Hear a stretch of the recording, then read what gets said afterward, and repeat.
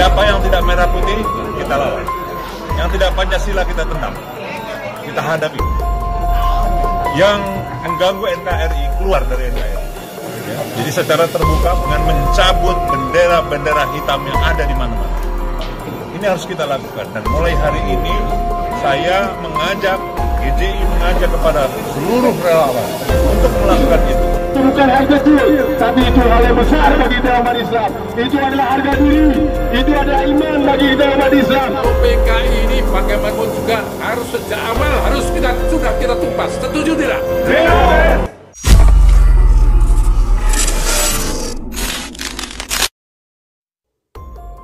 Gerombolan Budi Jarot, vandalisme khas komunis.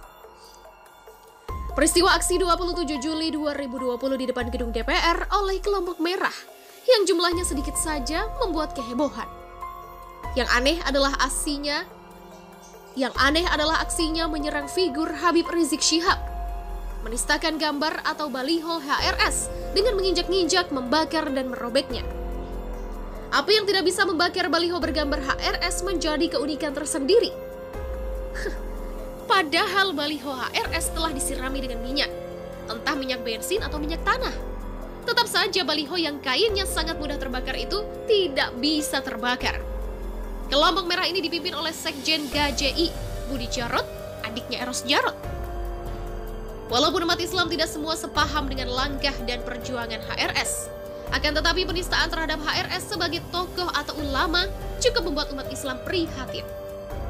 Membuat gara-gara apa kelompok merah ini? Simpati kepada HRS dipastikan akan muncul dari mana-mana, bahkan dari yang bukan muslim. Simpati dan pembelaan terhadap HRS bukan hanya dari organisasi yang dipimpinnya, yaitu FPI, tetapi dipastikan lebih luas dari FPI, khususnya dari kalangan umat Islam. Sekurang-kurangnya para alumni 212 akan bersikap untuk mendukung HRS. Jumlahnya jutaan, pasti puluhan juta. Militansi umat yang tinggi dalam melawan perilaku zolim, sebab kelompok dan gerombolan merah Budi Jarot layak untuk dikecam. Telah membuat kegaduhan baru di tengah banyaknya kegaduhan di negara ini. Bara permusuhan telah diciptakan. Terlepas dari motif yang mendasari gerombolan Budi Jarot, apakah memancing ekspresi dendam atau lainnya?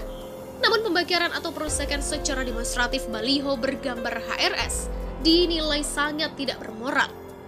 Reaksi balasan diperkirakan bakal terjadi. Sebelumnya pelaku pembakaran bendera PDIP masih misterius. Bisa yang membakar adalah peserta aksi yang kontra terhadap RUU HIP? Bisa yang membakar adalah peserta aksi yang kontra terhadap RUU HIP? Bisa yang membakar adalah peserta aksi yang kontra terhadap RUU HIP.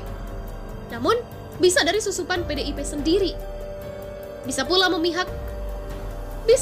memang pihak ketiga yang memancing situasi agar semakin memanas. Yang jelas, peringatan kuda tuli menunjukkan keanehan tersendiri. Secara tiba-tiba saja berfokus pada perusakan dan penistaan baliho yang bergambar HRS. HRS sendiri rasanya tidak memiliki hubungan apa-apa dengan peristiwa 27 Juli tersebut. Bahkan mungkin saja mengutuk keras peristiwa tersebut. Ada 3 kemungkinan konsekuensi dari penistaan dengan percobaan pembakaran dan perusakan secara terencana baliho bergambar HRS. Yaitu, ada 3 kemungkinan konsekuensi dari penistaan dengan percobaan pembakaran dan perusakan secara terencana baliho bergambar HRS oleh gerombolan Budi Jarot ini. Yaitu,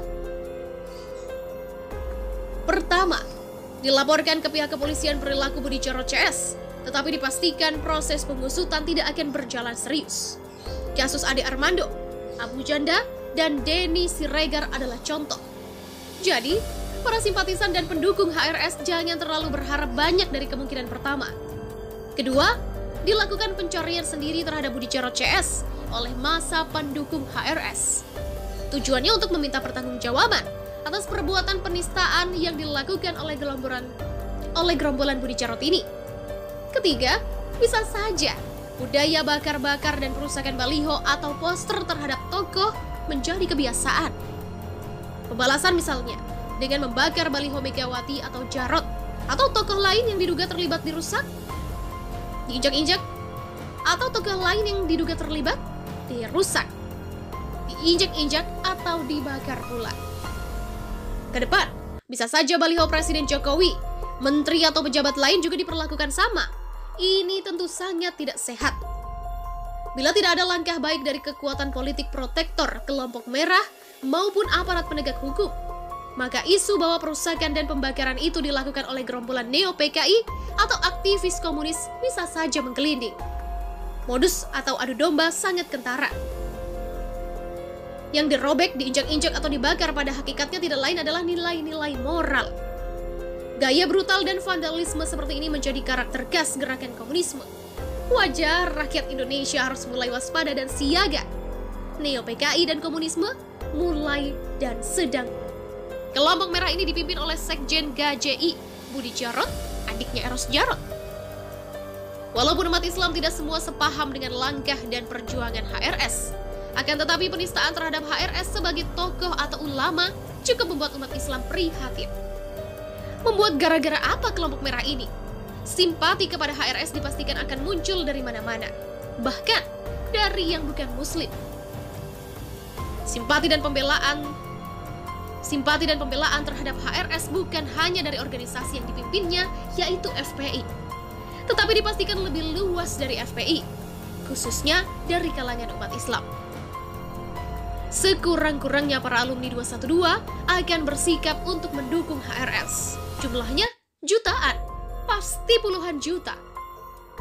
Militansi umat yang tinggi dalam melawan perilaku zolim, sebab kelompok dan gerombolan merah Budi Jarot layak untuk dikecam. Telah membuat kegaduhan baru di tengah banyaknya kegaduhan di negara ini. Bara permusuhan telah diciptakan. Terlepas dari motif yang mendasari gerombolan Budi Jarot, apakah memancing ekspresi dendam atau lainnya, namun pembakaran atau perusakan secara demonstratif baliho bergambar HRS dinilai sangat tidak bermoral. Reaksi balasan diperkirakan bakal terjadi. Sebelumnya pelaku pembakaran bendera PDIP masih misterius. Bisa yang membakar adalah peserta aksi yang kontra terhadap RUU HIP. Bisa yang membakar adalah peserta aksi yang kontra terhadap RUU HIP. Bisa yang membakar adalah peserta aksi yang kontra terhadap RUU HIP. Namun, bisa dari susupan PDIP sendiri. Bisa pula memang pihak ketiga yang memancing situasi agar semakin memanas. Yang jelas, peringatan kuda tuli menunjukkan keanehan tersendiri. Secara tiba-tiba saja berfokus pada perusakan dan penistaan baliho yang bergambar HRS. HRS sendiri rasanya tidak memiliki hubungan apa-apa dengan peristiwa 27 Juli tersebut. Bahkan mungkin saja mengutuk keras peristiwa tersebut. Ada 3 kemungkinan konsekuensi dari penistaan dengan percobaan pembakaran dan perusakan secara terencana baliho bergambar HRS. Yaitu, ada 3 kemungkinan konsekuensi dari penistaan dengan percobaan pembakaran dan perusakan secara terencana baliho bergambar HRS oleh gerombolan Budi Jarot ini. Yaitu, pertama, dilaporkan ke pihak kepolisian perilaku Budi Jarot CS, tetapi dipastikan proses pengusutan tidak akan berjalan serius. Kasus Ade Armando, Abu Janda, dan Denny Siregar adalah contoh.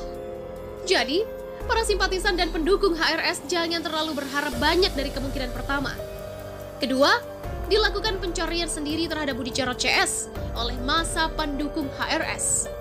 Tujuannya untuk meminta pertanggungjawaban atas perbuatan penistaan yang dilakukan oleh gerombolan Budi Jarot ini. Ketiga, bisa saja budaya bakar-bakar dan perusakan baliho atau poster terhadap tokoh menjadi kebiasaan. Pembalasan misalnya dengan membakar baliho Megawati atau Jarot atau tokoh lain yang diduga terlibat dirusak, diinjak-injak, atau tokoh lain yang diduga terlibat dirusak, diinjak-injak, atau dibakar pula. Kedepan, bisa saja baliho Presiden Jokowi, Menteri atau pejabat lain juga diperlakukan sama. Ini tentu sangat tidak sehat. Bila tidak ada langkah baik dari kekuatan politik protektor kelompok merah maupun aparat penegak hukum, maka isu bahwa perusakan dan pembakaran itu dilakukan oleh gerombolan neo-PKI atau aktivis komunis bisa saja menggelinding. Modus atau adu domba sangat kentara.